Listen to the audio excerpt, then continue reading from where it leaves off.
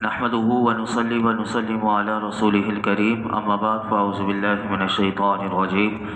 بسم الله الرحمن الرحيم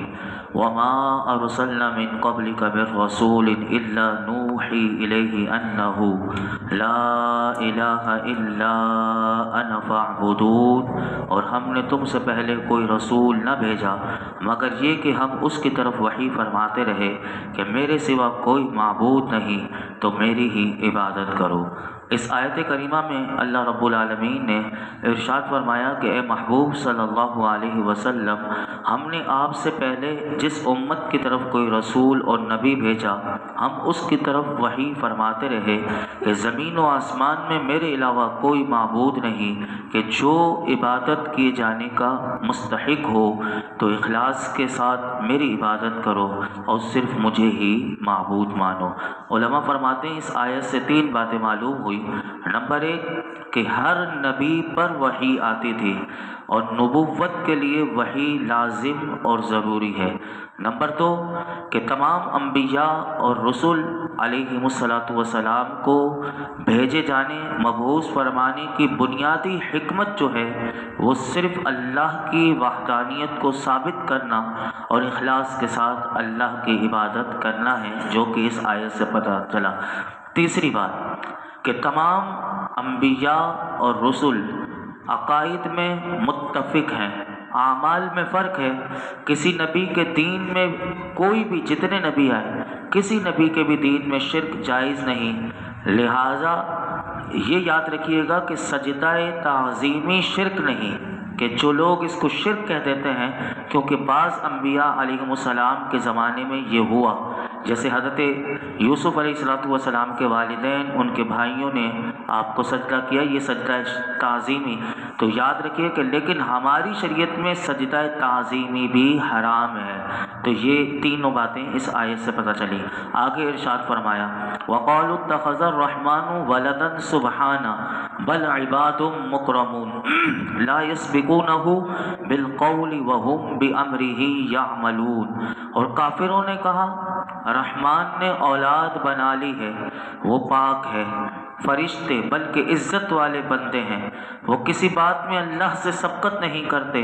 اور وہ اس کے حکم پر عمل کرتے ہیں۔ اس آیت کریمہ کا شان نزول یہ ہے کہ یہ آیت خزاعہ قبیلہ ایک جو تھا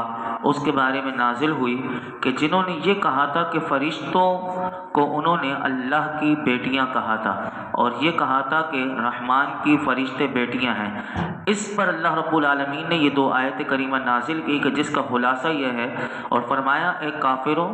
تم فرشتوں کو اللہ کی اولاد قرار دیتے ہو جبکہ اللہ رب العالمین کی ذات اس سے پاک ہے کہ اس کی اولاد ہو۔ فرشتے اس کی اولاد نہیں بلکہ فرشتوں کی عظمت کو چار چاند لگا کر اللہ نے بتایا کہ فرشتے کون ہیں، تو فرمایا سنو کہ فرشتے جو ہیں وہ اللہ کے برگزیدہ بندے ہیں اور مکرم یعنی جو عزت والے بندے ہیں، اور فرمایا کہ وہ کسی بات میں اللہ سے سبقت نہیں کرتے، صرف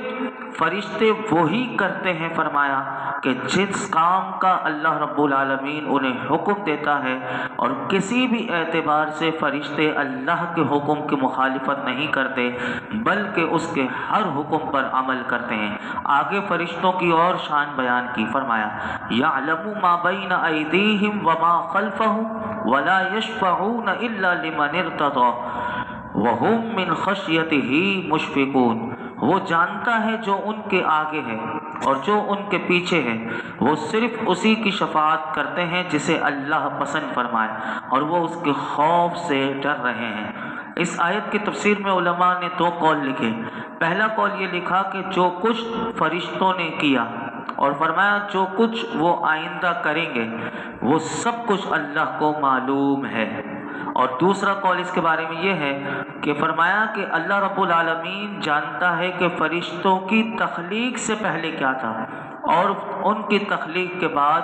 کیا ہوگا، اور اسی آیت میں فرمایا کہ صرف اسی کی شفاعت کرتے ہیں کہ جسے اللہ پسند فرمائے۔ تو حضرت عبداللہ بن عباس رضی اللہ عنہما فرماتے ہیں کہ یہ جو لمن ارتضی جو اللہ نے کہا اس سے وہ لوگ مراد ہیں کہ جو توحید کے قائل ہیں، اور ایک قول اس کے بارے میں یہ ہے کہ اس سے ہر وہ شخص مراد ہے کہ جس سے اللہ رب العالمین راضی ہو، اور جس کا مسلمان ہونا بہرحال ضروری ہے۔ لیکن یہاں پر یہ یاد رکھیے گا کہ فرشتے دنیا میں بھی شفاعت کرتے ہیں، کیونکہ وہ زمین پر رہنے والے جتنے ایمان والے ہیں فرشتے ان کے لیے اللہ سے بخشش مانگتے ہیں۔ یہ دیکھیے کیسے، سنیے قرآن میں سورہ مومن پارہ نمبر 24 آیت نمبر 7 میں اللہ رب العالمین ان فرشتوں کے بارے میں کیا ارشاد فرماتا ہے؟ فرمایا الذین یحملون العرش ومن حولہ یسبحون بحمد ربہم ویؤمنون بہ۔ عرش اٹھانے والے، اس کے ارد گرد موجود فرشتے اپنے رب کی تعریف کے ساتھ اس کی پاکی بیان کرتے ہیں اور اس پر ایمان رکھتے ہیں۔ وَيَسْتَغْفِرُونَ لِلَّذِينَ آمَنُوا، اور مسلمانوں کی بخشش مانگتے ہیں۔ رَبَّنَا وَسِعْتَ كُلَّ شَيْءٍ رَحْمَةً وَعِلْمًا فَاغْفِرْ لِلَّذِينَ تَابُوا وَاتَّبَعُوا سَبِيلَكَ وَقِهِمْ عَذَابَ الْجَحِيمِ۔ فرشتے کیا مانگتے ہیں تو اللہ نے وہ بھی بتایا، فرمایا وہ یہ کہتے ہیں اے ہمارے رب، تیری رحمت اور علم ہر شے سے وسیع ہے، تو انہیں بخش دے کہ جو توبہ کریں اور تیرے راستے کی پیروی کریں، اور انہیں دوزخ کے عذاب سے بچا لے۔ یہ دیکھیے مومنوں کے لیے فرشتے، عرش کے ارد گرد والے فرشتے دعائیں مانگ رہے ہیں کہ مولا جو تیری بارگاہ میں توبہ کر لے، جو تیرے سیدھے راستے کی پیروی کرے، اے اللہ اسے بخش بھی دے، اسے دوزخ کے عذاب سے بھی بچا لے۔ یہ فرشتوں کی شفاعت ہے۔ اور ایک اور مقام پر 25ویں پارے میں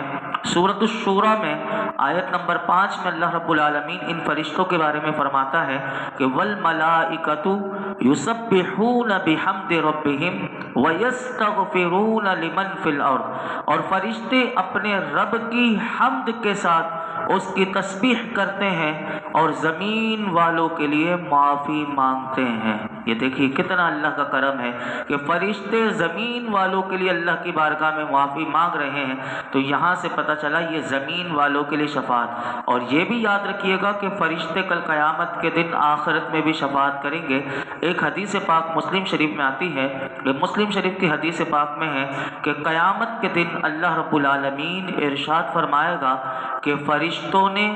نبیوں نے، ایمان والوں نے شفاعت کر لی، اب ارحم الراحمین کے علاوہ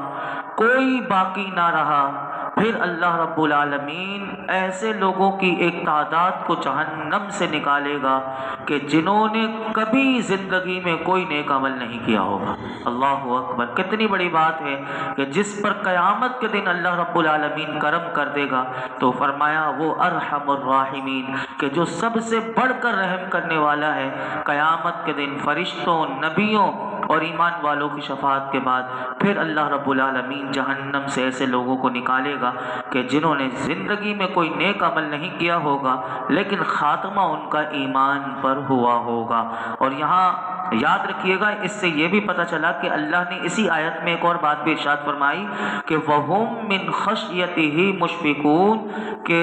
وہ اس کے خوف سے ڈر رہے ہیں۔ یعنی فرشتوں کا اتنا بڑا مقام اور مرتبہ، یعنی وہ معصوم ہے گناہوں سے، لیکن اس کے باوجود وہ اللہ کی خفیہ تدبیر سے بے خوف نہیں ہوتے، بلکہ اللہ کے خوف سے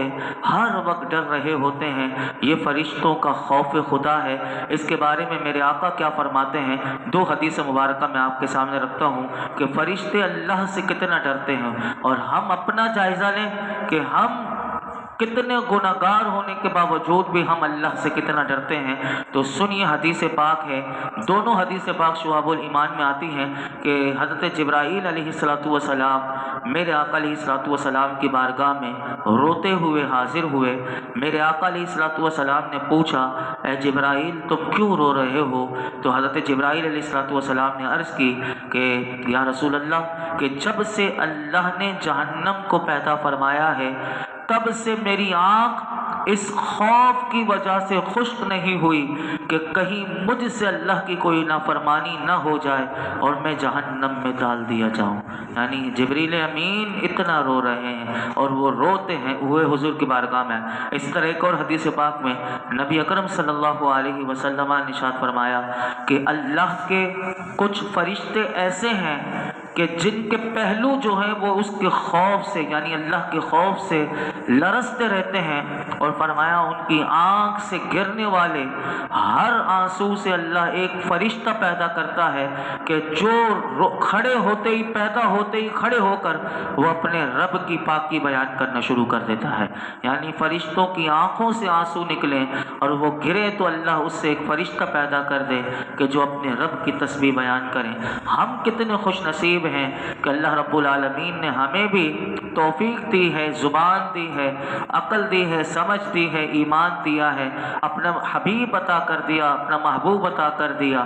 اور برکت والی رحمت والی گھڑیاں عطا کر دی۔ انہی میں سے ایک آج کی رات بھی ہے، رجب المرجب کی رات، وہ رات ہے کہ جس میں جو دعا مانگی جائے قبول ہوتی ہے۔ 5 راتوں کا میرے آقا ارشاد فرماتے ہیں کہ جس میں دعا رد نہیں ہوتی، اس میں سے آج کی رات ایک وہ رات ہے کہ جس میں دعائیں مانگی جائیں تو رد نہیں ہوتی۔ تو یاد رکھیے کہ ہم سب کو بھی اللہ کی خفیہ تدبیر سے ہر وقت ڈرتے رہنا چاہیے۔ یہ خوف ہمیں لاحق ہونا چاہیے کہ کہیں ایسا نہ ہو کہ ہماری بھی پکڑ اور گرفت اور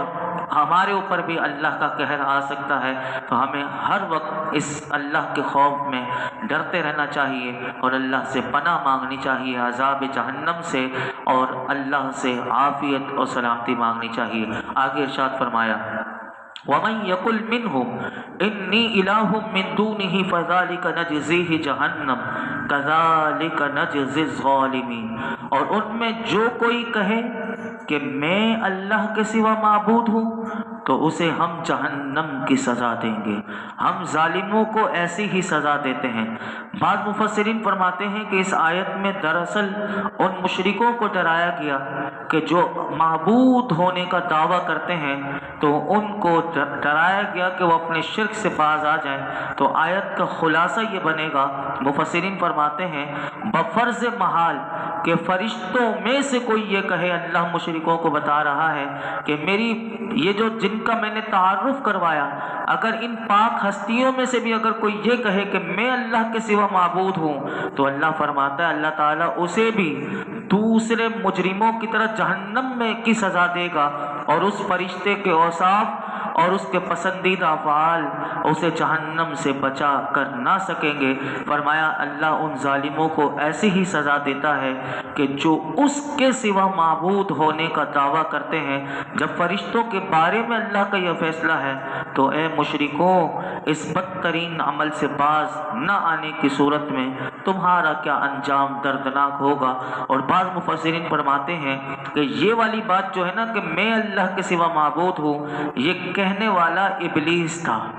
اور یہ ابلیس شیطان تھا کہ جو اپنی عبادت کی دعوت دیتا ہے، اور فرشتوں میں سے کسی نے ایسا کلمہ نہیں کہا۔ اور یاد رکھیے گا کہ ابلیس کی جو حقیقت ہے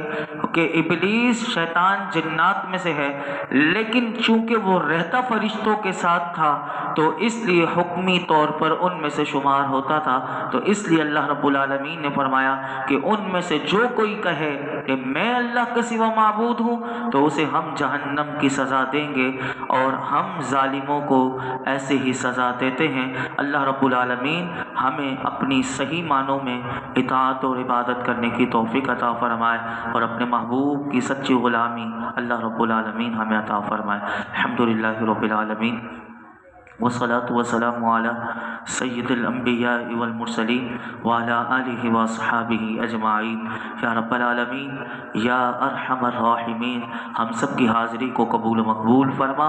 اے رب کریم، قرآن حکیم کا درس دینا، درود پاک پڑھنا، مولائی کریم ہمارا یہاں جمع ہونا اپنی بارگاہ میں قبول فرما۔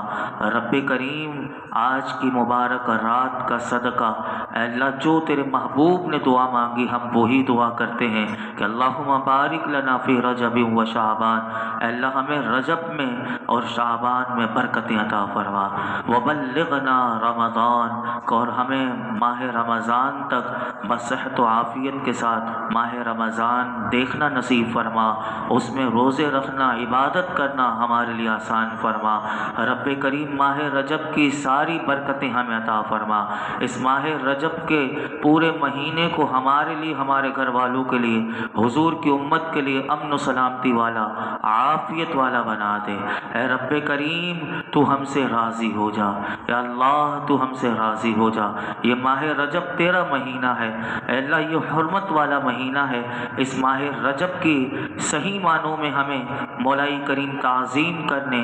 اور اس ماہ رجب میں خوب عبادت کی ہمیں توفیق عطا فرما یا رب العالمین۔ ماہ رجب میں مولائی کریم اور پورا سال ہمیں ہر قسم کے مولائی کریم گناہ سے بچنے والا بنا دے۔ اللہ ہماری بے حساب مغفرت فرما۔ آج کی رات کا صدقہ یا اللہ، آج تک زندگی میں جتنے بھی ہم سے صغیرہ کبیرہ گناہ ہو گئے اللہ تو معاف کر دے، اللہ تو معاف کر دے۔ ہماری بے حساب مغفرت فرما، ہماری بے حساب مغفرت فرما، ہمارے والدین کی مغفرت فرما، میرے آقا کی تمام امت کی مغفرت فرما یا اللہ تو ہم سے راضی ہو جا، اپنی رضا کی دولت دے دے، ہمارے اندر سے ریاکاری، منافقت، غرور، تکبر دور کر دے یا اللہ، ہر کام میں اخلاص دے دے، ہر کام تیری رضا کے لیے ہم کریں، تجھے راضی کرنے والا عمل کرنے کی توفیق عطا فرما۔ اللہ اپنا فضل و کرم عطا کر دے یا اللہ، اپنے محبوب کی محبت عطا کر دے۔ آج کی رات کی دعاؤں کی قبولیت کا صدقہ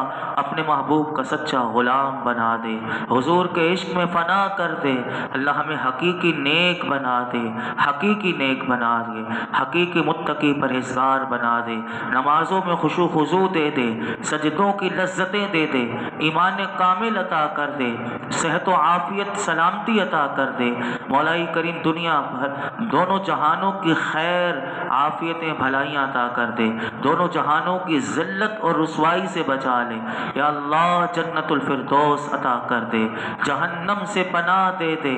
مولائی کریم ہر قسم کے گناہ سے بچا لے، نفس و شیطان کے ہر وار سے بچا لے یا اللہ۔ آج تک جتنی دعائیں کی ہیں آئندہ کریں گے، سب دعاؤں کو قبول فرما، ہمارے رزق حلال میں برکتیں عطا فرما یا اللہ، برکت والی، عزت والی، کشادہ حلال طیب مبارک روزی عطا فرما۔ حرام کے لقمے سے ہمیں، ہمارے گھر والوں کو، ہماری نسلوں کو، ہمارے بچوں کو بچانا اللہ، حرام کی روزی سے بچانا اللہ۔ تو رزق جو دے رہا ہے اللہ، اس میں صبر و شکر کے ساتھ برکتیں عطا کر دے، برکتیں عطا کر دے، ناشکری بے صبری سے بچا لے، تیری نافرمانیوں سے بچا لے، قرآن و سنت کا فہم دے دے یا اللہ، علم نافع کی دولت دے دے، ہمارے سینوں کو علم کے لیے کشادہ کر دے، ہمارے لیے قرآن حکیم سمجھنا سمجھانا آسان کر دے، آسان کر دے، آسان کر دے، مرتے دم تک قرآن حکیم کے ساتھ وابستہ رہنے کی توفیق عطا فرما۔ قرآن کا نور ہمیں زندگی میں بھی عطا کر، قبر میں بھی عطا کر، کل محشر کے میدان میں بھی عطا کرنا۔ وصلی اللہ تعالی علی خیر خلق محمد وعلی آلہ وصحبہ اجمعین۔